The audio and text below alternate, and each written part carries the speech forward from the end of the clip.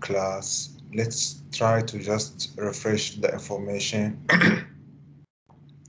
we discussed yesterday. So yesterday we started with chronic heart or congestive heart failure.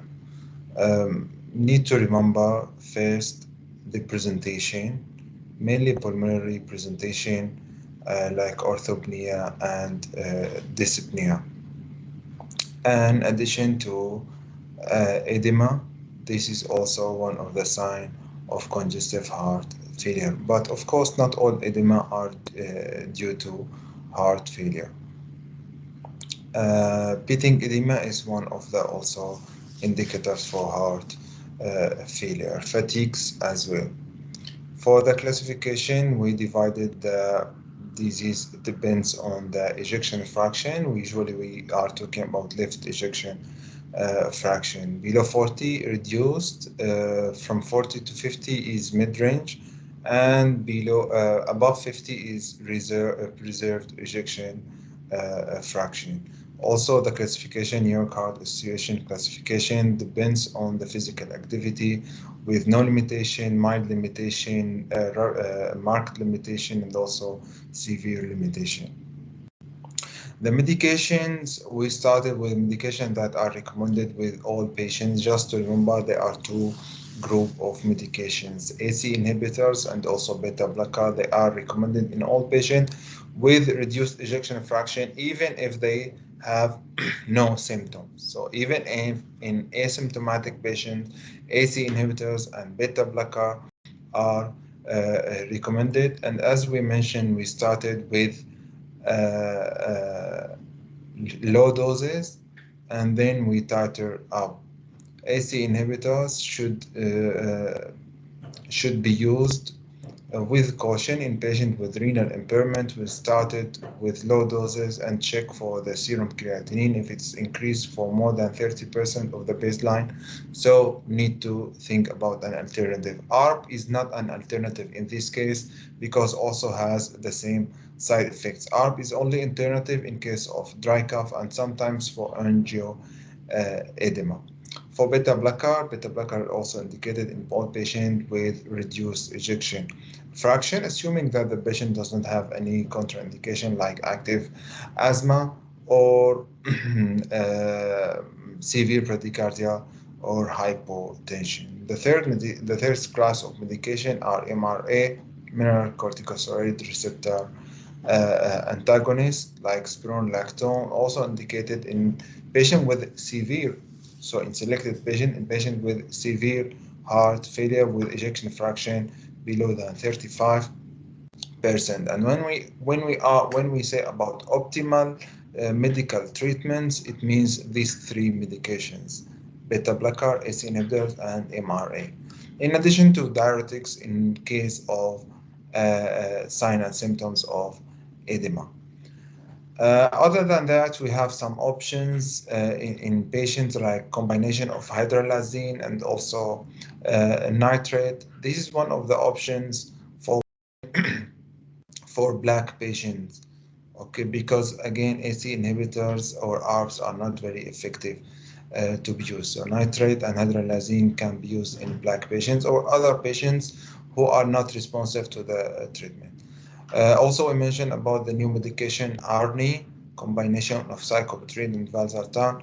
So this can be considered in patients with AC inhibitor, but still they have symptoms, so we can replace AC inhibitor with this medication.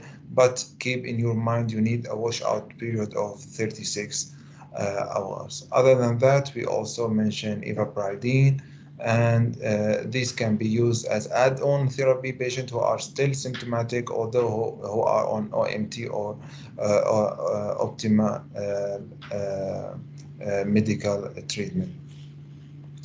What else? Also, we have digoxin, also especially for patients with arrhythmia, is indicated. I think that's all, and also, so we may could start our today presentation. Share, browse.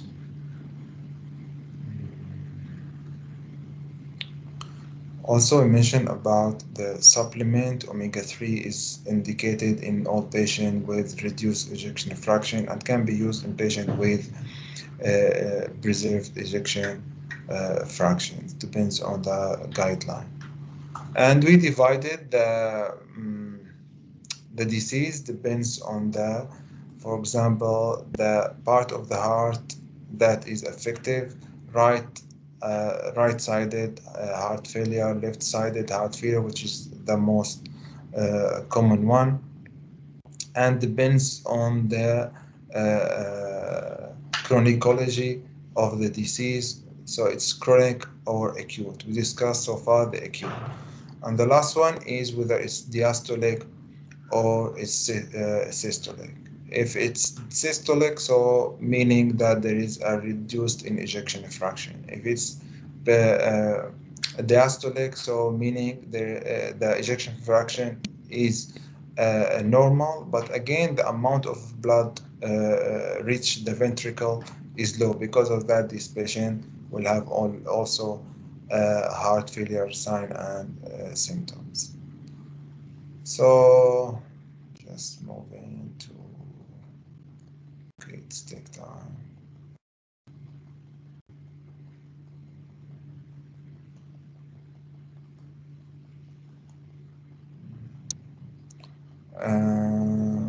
Any question related to what I mentioned in this summary while reaching to the slide? Okay, we mentioned also about the comorbidities. What are the preferred options in this case? Now moving to treatment of patients with heart failure with preserved ejection fraction. Again, this is diastolic heart failure. This is common, especially in elderly patient, usually due to myocardial or pericardial disease. In these patients, hypertension remains the most prevalent comorbidities.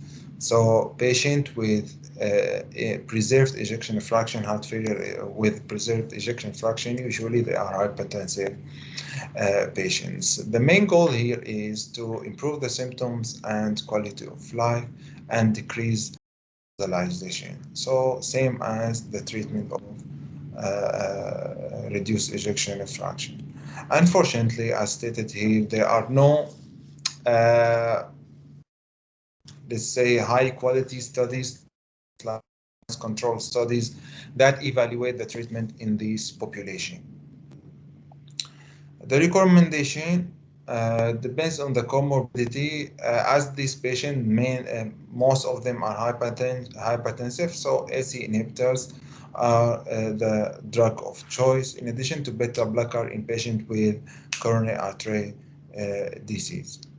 If the patient having arrhythmia, so either beta blocker or non-dihydropiridine like diltiazem or verapamil are the preferred options. If this does not have, so you may consider other like digoxin or ivabradine. Diuretics in case of sign and symptoms of congestion. Uh,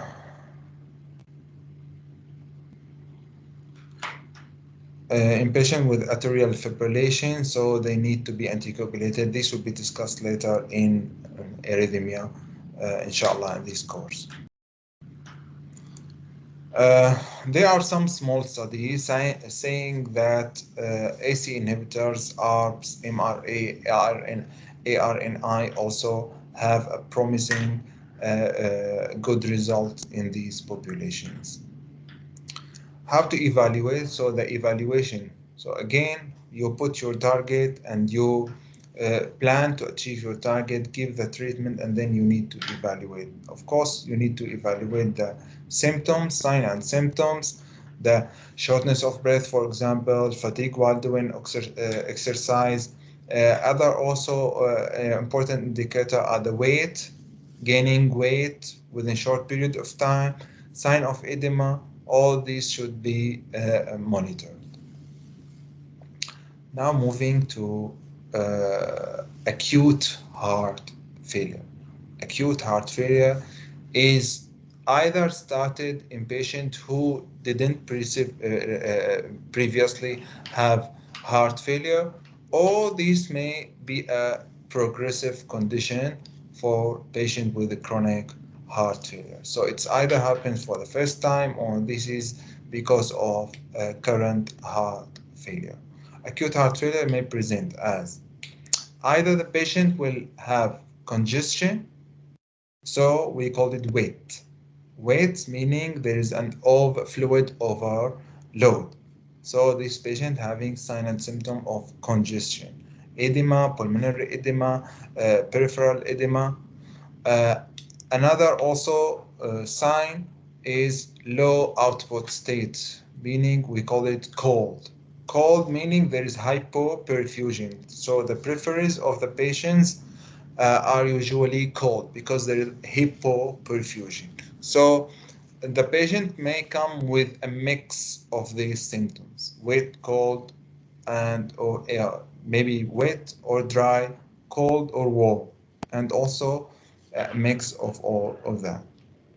So the spectrum of clinical finding may range from worsening of peripheral edema, just small worsening without severe symptoms, to a life-threatening pulmonary edema or cardiogenic shock. Life-threatening pulmonary edema meaning the patient is wet. There is a fluid overload in the edema, and this may lead to death. So life-threatening. Or cardiogenic shock, meaning there is a severe hypoperfusion, which may lead to a shock. These are some triggers or diseases that may lead to acute decompensated heart failure. First one is non-compliance to either the medication or restrictions of the diet.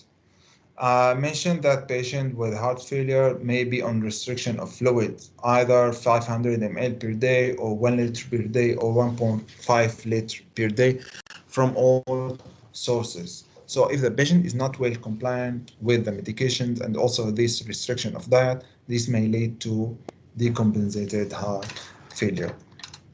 The other one is very important, also using of some medication, especially non-steroidal anti-inflammatory drugs.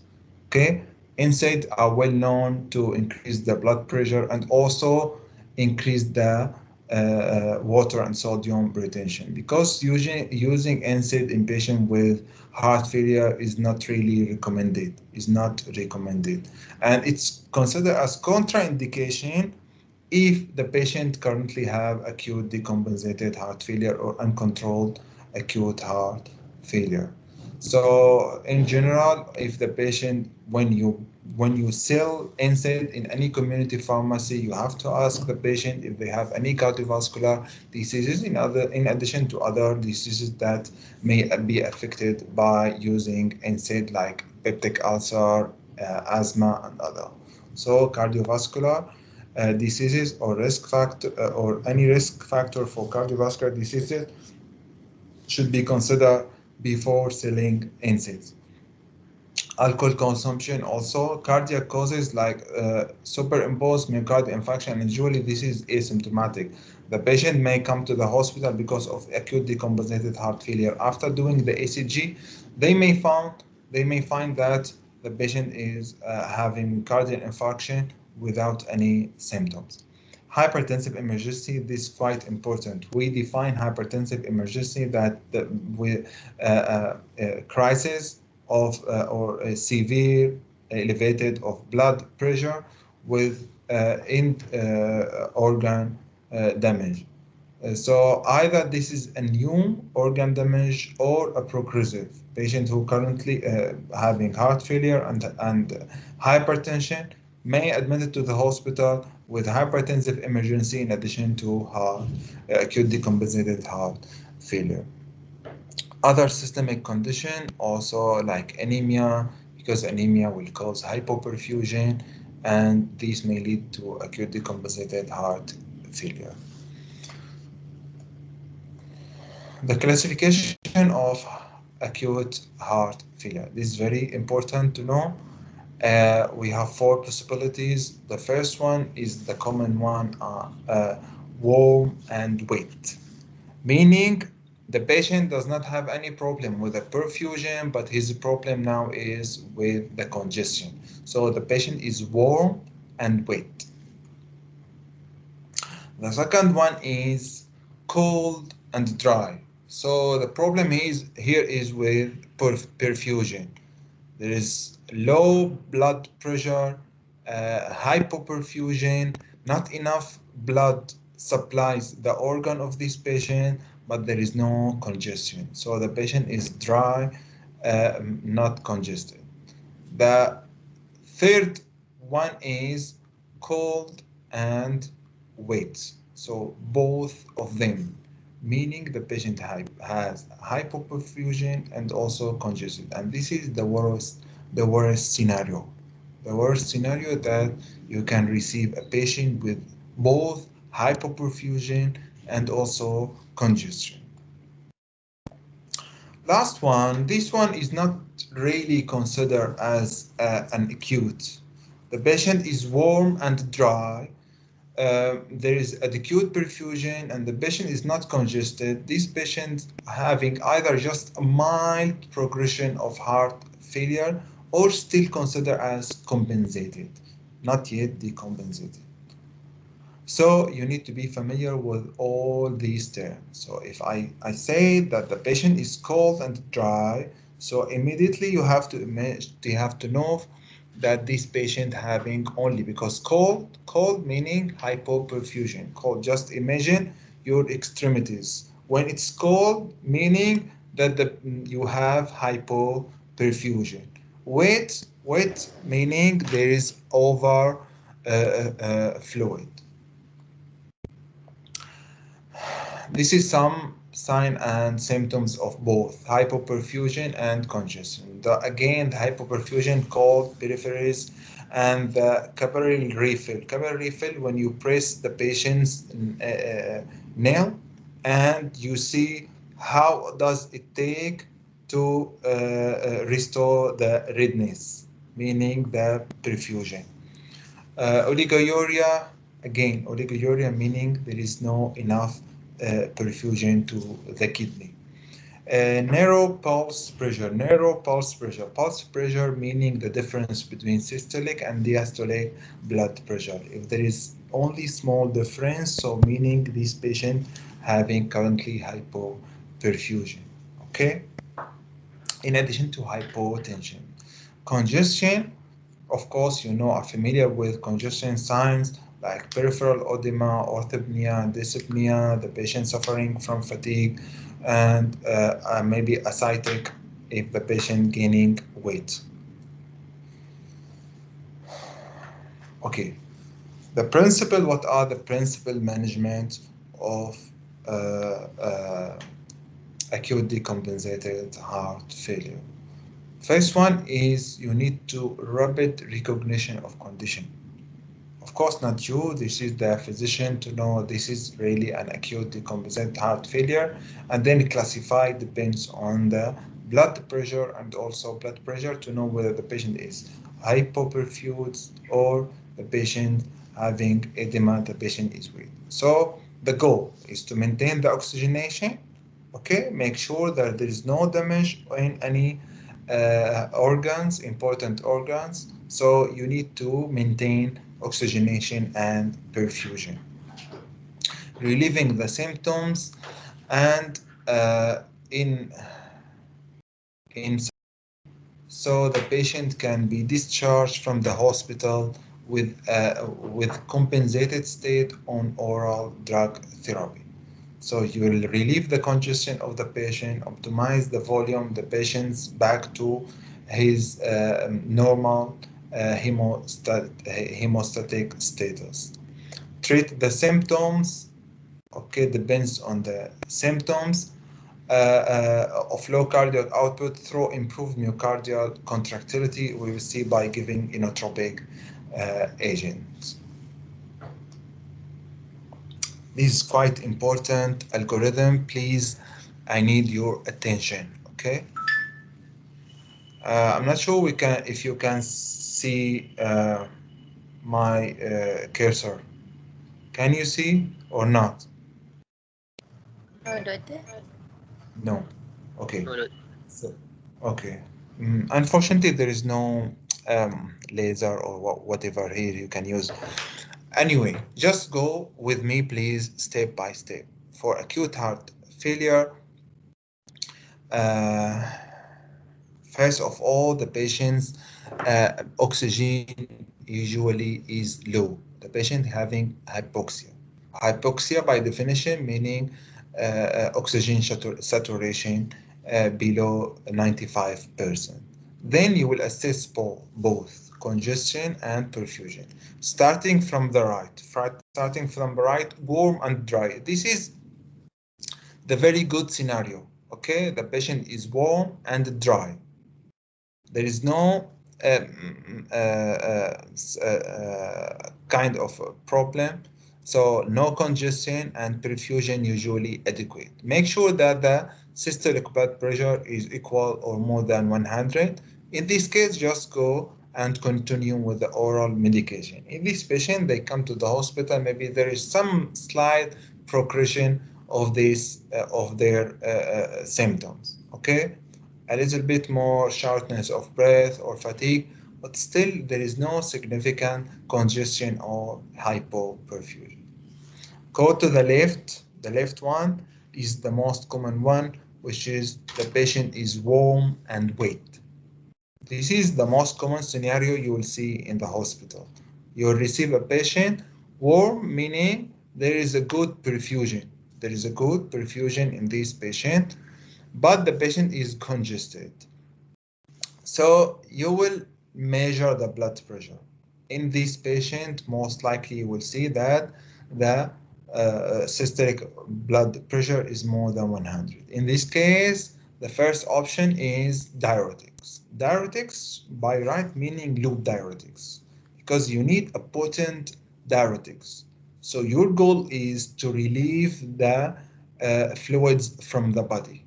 And of course, the best option is loop diuretic, whether this is edema is in the lungs or in the whole body. So you will start with loop diuretics. And then you will assess if there is no not improved, but still the patient having enough perfusion, so you can consider giving vasodilators. Vasodilators in combination with loop diuretics found to improve the symptoms of acute decompensated heart failure. Okay, they put plus minus. So you may just continue with IV diuretics, but you increase the dose. Okay, you increase the dose of the diuretics, or you may give what we call continuous infusion of the low diuretics. Then, if the patient improve, so you will continue to chronic disease. If there is no improvement, but still the patient having good perfusion, in this case, consider diuretic, continuous infusion, as I mentioned, combination with thiazide, nitrate as and you may consider also inotropic agent like dopamine or dobutamine.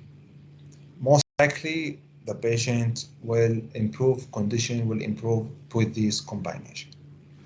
Now, the other scenario is cold and wait. Okay, cold and wait again. This is the worst scenario. The patient is congested and also perfusion inadequate. So you need to achieve two targets to remove the fluid from the body, but at the same time, you have to be very cautious about the perfusion. If you give, for example, excessive amount of diuretics, so meaning this will may worsen the hypoperfusion condition. So in this patient, systolic blood pressure is usually below 100. You will start first with inotropic agents. Noradrenaline is the drug of choice and can be combined with dobutamine until you restore the systolic blood pressure to 100. Okay, so you will not start the IV diuretics before you restore perfusion. So for patient with cold and wet, meaning having congestion and hypoperfusion, which one is the priority? The perfusion. Okay, how you increase the perfusion? By giving inotropic agents, noradrenaline and dopamine. Then you can see the arrow. Okay, after giving inotropic agent, the systolic blood pressure is now more than 100. Now you can combine IV diuretics and continue with what we mentioned. Every time you check the systolic blood pressure and the systolic blood pressure is below 100, you need to consider inotropic agent, namely noradrenaline and dopamine. Then you will continue with the same chain we mentioned. Okay. Now moving though to the last category, which is cold and dry. Okay, the patient, there is no congestion, only there is a hypoperfusion in this patient. Hypoperfusion, again, by definition, is systolic blood pressure below 100. What is the first option is cautious fluid challenge. What do we mean by fluid challenge? Fluid challenge is giving the patients a small amount of fluid over a short period of time and check if the patient's condition improve, namely the cardiac output. So usually you give only 500, for example, 500 ml of crystalloid fluid like normal saline, 500 over 10 to 20 minutes, and then we will check the cardiac output. We learned, if you remember, we learned how we calculate the cardiac output. If there is an improvement, of course, this is I'm just simplifying. In some cases, this is more complicated. You need to take into consideration more factors. But again, this is the principle. You will give a fluid challenge if there is a good improvement in the cardiac output. So you will continue with the fluid resuscitation. But if there is no improvement, as you can see from the algorithm, still the systolic blood pressure below 100 millimeter mercury. So you need to consider inotropic agents like noradrenaline and dopamine. So once you restore the systolic blood pressure more than 100, you can continue with the old medication, chronic medications. This is a summary that you need to be very familiar with, because in the hospital you will see the categorization of this patient, even if not clearly stated with the dry, cold, whatever, but you just look to the systolic blood pressure in this patient and also the what we call the congestion status of this patient. Is it clear, brother, sister? Do you have? We will go in details for now for the medication used for these purposes. Is it clear, brother and sister? Do you have any question regarding this important algorithm? So far, no, doctor. What is it? So far, I think no, but the thing that we need to emphasize is when the patient has wet condition, we should give diuretics, and when they are in dry condition, we doesn't have to give diuretics. Is that correct? Definitely, yes, correct. Only diuretics only consider when the patient is wet, meaning there is congestion. If there is no congestion, there is no point to giving diuretics. And that's what I mentioned, even in patients with the chronic. With the chronic condition, if there is no sign of diuretic, there is no point to continue with the diuretic. I mentioned that I don't know why in Asian guideline they stated you may continue with the diuretic even if the patient does not have signs and symptoms of edema. So we will go in details for the treatments. Of course, oxygenation is essential in all patients because the oxygen saturation is below 95%. Diuretics again is IV. IV immediately when we talk about acute conditions, so just think about IV. Okay, so IV furosemide starting 40 milligram or 80 milligram depends on the condition. With the severe congestion, so you may consider high doses, 40 milligram, 80 milligram, or even 160 milligram of furosemide. Furosemide usually is the drug of choice and the golden one of loop diuretics. Again, the dose should be individualized, depends on the severity and clinical condition. Patients who have already been on diuretics or have CKD may require higher doses. This is important in patients with CKD.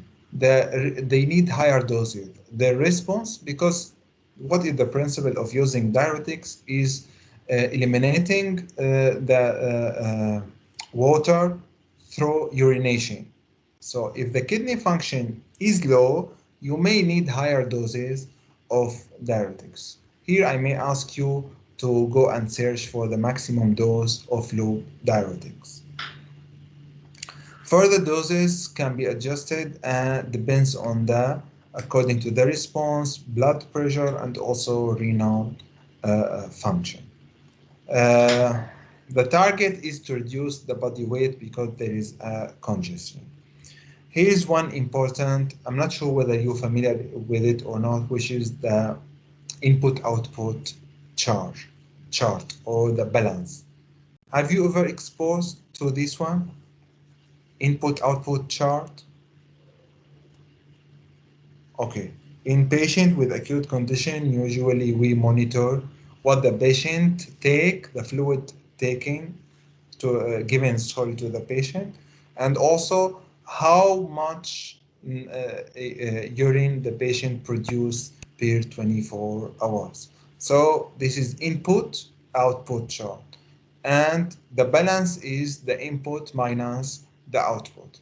Of course, in this case, in case of congestion, our target is to achieve negative balance. Negative balance meaning if the patient consume 500 ml per day, so our target is for the patient to urinate 1 liter or 1.5 liter, for example. So the balance is about 0.5 to 1 kilogram loss every day. Okay, so this is our target until we restore the normal volume in these patients. Okay, so less than 0.5 kilogram of weight loss per day may indicate inadequate diuretic or diuretic resistance. Last time we mentioned if there is diuretic resistance, we may consider the second generation of loop diuretics. But most of the patient is not considered as resistant, it's just inadequate. You can increase the dose or give continuous infusion or add on another diuretics like thiazide, but again thiazide is not effective if the patient creatinine clearance below 30. Vasodilators, we mentioned that vasodilator can be considered in patients who didn't respond well to diuretic alone. So can confer symptomatic relief and improvement in hemodynamics. The first option is nitrates. Nitrates are the first option, especially in patients with coronary artery disease. Again, vasodilators should be considered only if the systolic blood pressure above 100, meaning there is no hypoperfusion. Assume that, just imagine that the patient having hypoperfusion in addition to congestion. If you give vasodilator, meaning you reduce the blood pressure. Of course, the concept of vasodilation, meaning you reduce blood pressure. Reducing blood pressure, meaning more hypoperfusion. Okay. Patient with concomitant diuretic should be closely monitoring again for hypotension. Because of that, you have to be, or you, not only you, the team, the healthcare professionals, the clinical pharmacists, in addition to the physician, to balance between the hypoperfusion and also, sorry, the balance between the congestion and hypoperfusions. Okay, if you give more vasodilators and diuretics, you put the patient on the risk for hypoperfusion, meaning hypotension. As I mentioned, IV nitrate and low dose of furosemide was shown in small study. There's small study shown that is more effective than giving high dose of diuretics. So which one is best? Because of that, you see in the algorithm plus minus vasodilator. So you can either increase the dose of diuretics, which is what usually do in the hospital, or you may combine with a vasodilator. Another options for vasodilators are nitroprusside. If you remember, we mentioned this name in patient with hypertensive emergency. So IV nitroprusside, sodium nitroprusside can be considered in patient with hypertensive emergency or in patient who are not responsive to nitrates. Nitroprusside is more potent, but also put the patient on risk for hypotension.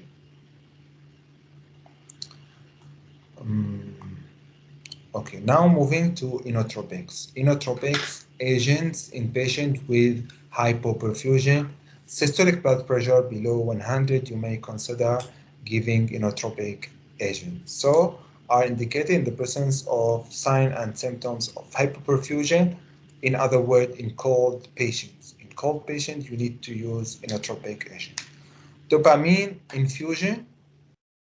The mechanism of action, I believe you are familiar, alpha, beta, beta 2, and also D1, dopaminergic receptors.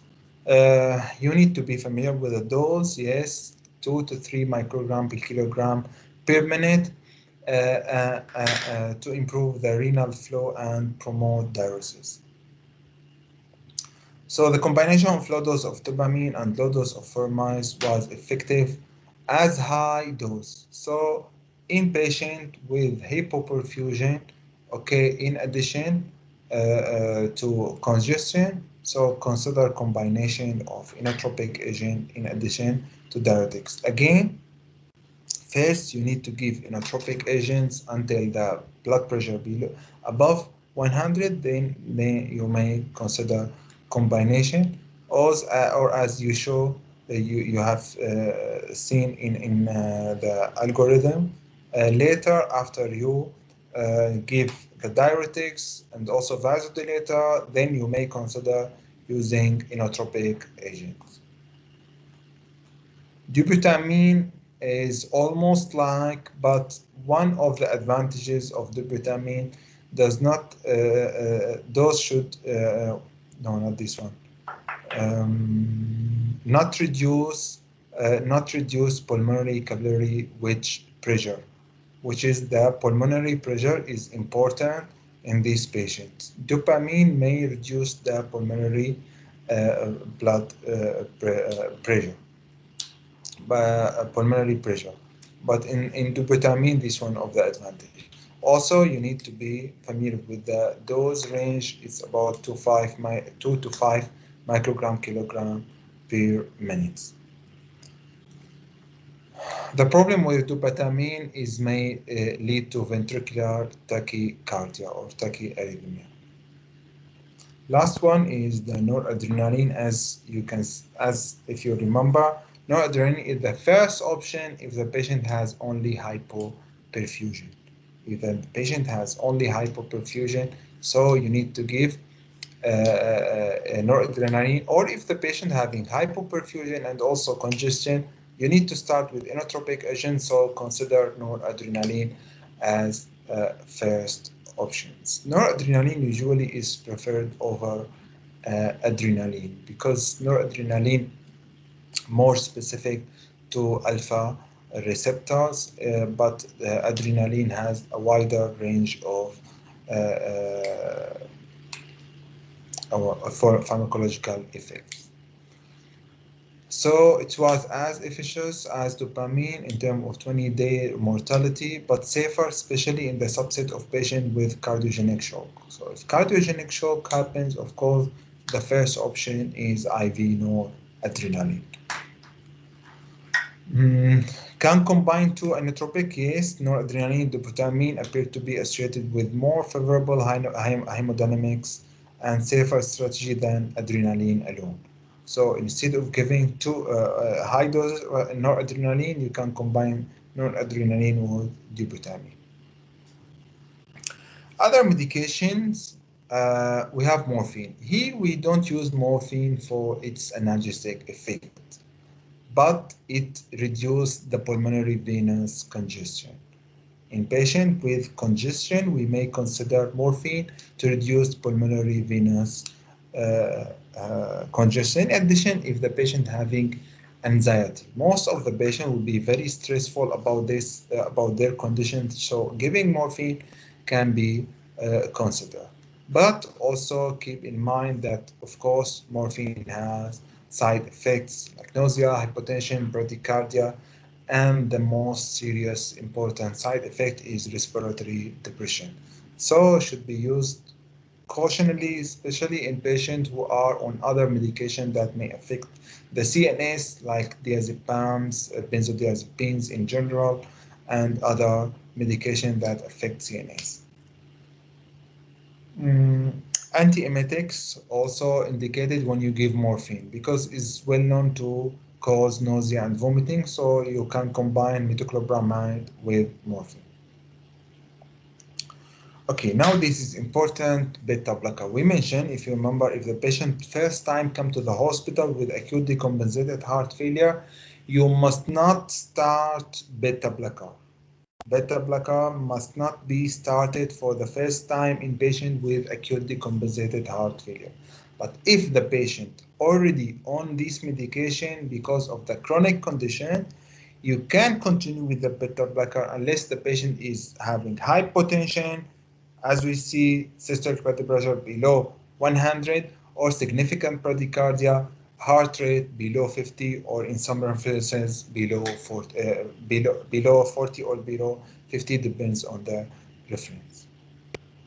So what is the also, of course, this is very obvious. If you need to give the patient inotropic agents like adrenaline, noradrenaline, dopamine, of course you shouldn't give beta blockers. Otherwise, they will counteract each other. One is beta agonist, the other one is beta antagonist. So of course, in patient needed an inotropic agent, and we don't give inotropic agent unless the patient having hypoperfusion. By right, you will not give beta blockers in patient with hypoperfusion, blood pressure below 100. Summarize the beta blocker, how you have to act regarding the current beta blocker in patient come to the hospital with acute decompensated heart failure. You need to check if the patient is normotension or either hypertension, like in case of a hypertensive emergency. Just continue with the beta blocker without any changing. Of course, you need to add diuretic and consider vasodilator because this patient is congestion and also having hypertension. If there is an hypotension or symptomatic bradycardia, you may consider reduce the dose and or withhold the beta blocker, which is the preferable choice, and start inotropic support. Shock, if the patient come to the hospital, shock, definitely you will not give beta blocker and you will start inotropic support. Last slide is about evaluation of your therapy in patient with acute decompensated heart failure. Of course, the first one is oxygen saturation, blood pressure, heart rate, and respiratory rate. Body weight is important if the patient having congestion to see whether you achieve or get back the patient to his dry weight. An adequate response will be reflected by the following: improvement in the clinical condition, warm peripheries, decrease in the heart rate, improvement oxygen saturation, and improvement in the urine output. Improve in urine output, meaning there is now a good perfusion to the kidney. If there is low urine output, meaning still the patient having hypoperfusion. Generally, if the systolic blood pressure above 90, the treatment could be considered as effective if the patient feels well, has good tissue perfusion, and shown by absence of giddiness, and in addition to warm skin, and stable renal function with good urine flow. If the patient having all of these in addition to systolic blood pressure more than 90, so congratulations, you treated the patient very well and your treatment was effective. So that's all from my side. This is the reference used in preparing this slide, and this off when I am wise, this is my quotation. So the real heart failure is when your heart is unable to give love for people surrounding you. So again, your heart is has two function, emotional and also physical. So take care of both of them. So thank you so much. If you have any question, please just raise hand or just unmute yourself and speak. Any question, brothers, sisters? Please don't be shy, even if you believe this is a silly question. Maybe your friends may be benefit from the question. Any question? Doctor, Yes. can you explain more about input-output chart? Okay, fine. Input-output chart. When do we monitor input-output chart? Usually in patient either having renal dysfunction or patient having heart failure, acute heart failure, or in any patient with what we call hemodynamically unstable. Okay. Input output chart, we monitor the amount of fluids enter the patient's body and the amount of fluid goes out of the body. By monitoring the amount of fluid, usually there is a close monitoring. It's not allowed for the patient to take any beverages or any water. So will be supplied by the nurses the exact amount of fluid taken by these patients. So we will mark it. For example, today is the patient was given 1 liter of fluids, but of course in acute condition less than that, give or usually 500 ml. So you give 500 ml and then you will monitor the urine. Usually collect 24 hours urine, collect 24 hours urine and measure. So how many ml? 1 liter, for example, or 500, whatever. So you minus what you give to the patient, 500 minus 1 liter, so the balance is minus 0.5 liter. Our target in these patients is to achieve minus balance. Okay, we need more fluids to go out than the fluid enter the patient body. In case of acute decompensated heart failure, our target is 500 to 1000 ml negative balance. So if you give the patient 500 ml, we target the patient to urinate 0.5 to 1 liter, 1 to 1.5 liter per day. So the balance will be 500 minus 1.5 liter, so equal to 1 liter. So minus 1 liter. Of course, 1 liter equal to 1 kilogram because this is water. Okay, so this is the input-output chart. Okay, is it understood? I only restricted the explanation about this condition. Of course, in some condition we target a positive balance or just zero balance. It depends on the condition. But for patient with congestion, We target negative balance. Understood, sister? Yes, doctor. Thank you. Okay, alhamdulillah. Any other question? Doctor, Yes. question. Again? Why is nitroprusside given through intra-arterial line? We give an intra-arterial line For nitroprusside, for nitroprusside, okay? why is it given through intra-arterial? Can you hear me, doctor? Yes, yes, I can, but I'm just... No, it's not given intra-arterial line, sister. It's given IV. Just now I'm reading the slides because no, I will read the statement for you. Patient should closely monitored for hypotension, preferably using an intra-arterial line. So we monitor what we call the central blood pressure. So I may show you a photo later, by intra-arterial line, giving intra-arterial line. Try to search for a photo for you for this. Intra-arterial line. We don't give the medication by that system. We give, of course, by IV. Okay, I'll try to find to you intra-arterial line. Okay. So anyway, I couldn't find the good photo. It's just a way for monitoring the central blood pressure. It's not about giving administration of the medication. Okay, thank you for giving the photo. So Brother Hafizul, share with us this photo. Okay, you can see in the dashboard. Okay, understood, sister? So it's not related to administration, it's about monitoring. Thank you, doctor. Understood. Okay, alhamdulillah. Okay. Any other question is more than welcome.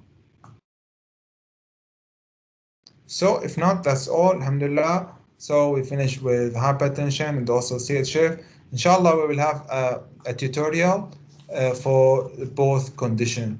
Okay. So please, if you didn't mark your attendance on iTalim, go now. I open until 12:40. So you still have time to mark your attendance. Okay. All the materials again will be available inshallah on iTalim. So iTalim is the main platform for materials and also even the link for the video recording. You can see. Okay, thank you so much. Assalamu alaikum wa rahmatullahi wa barakatuh. Thank you.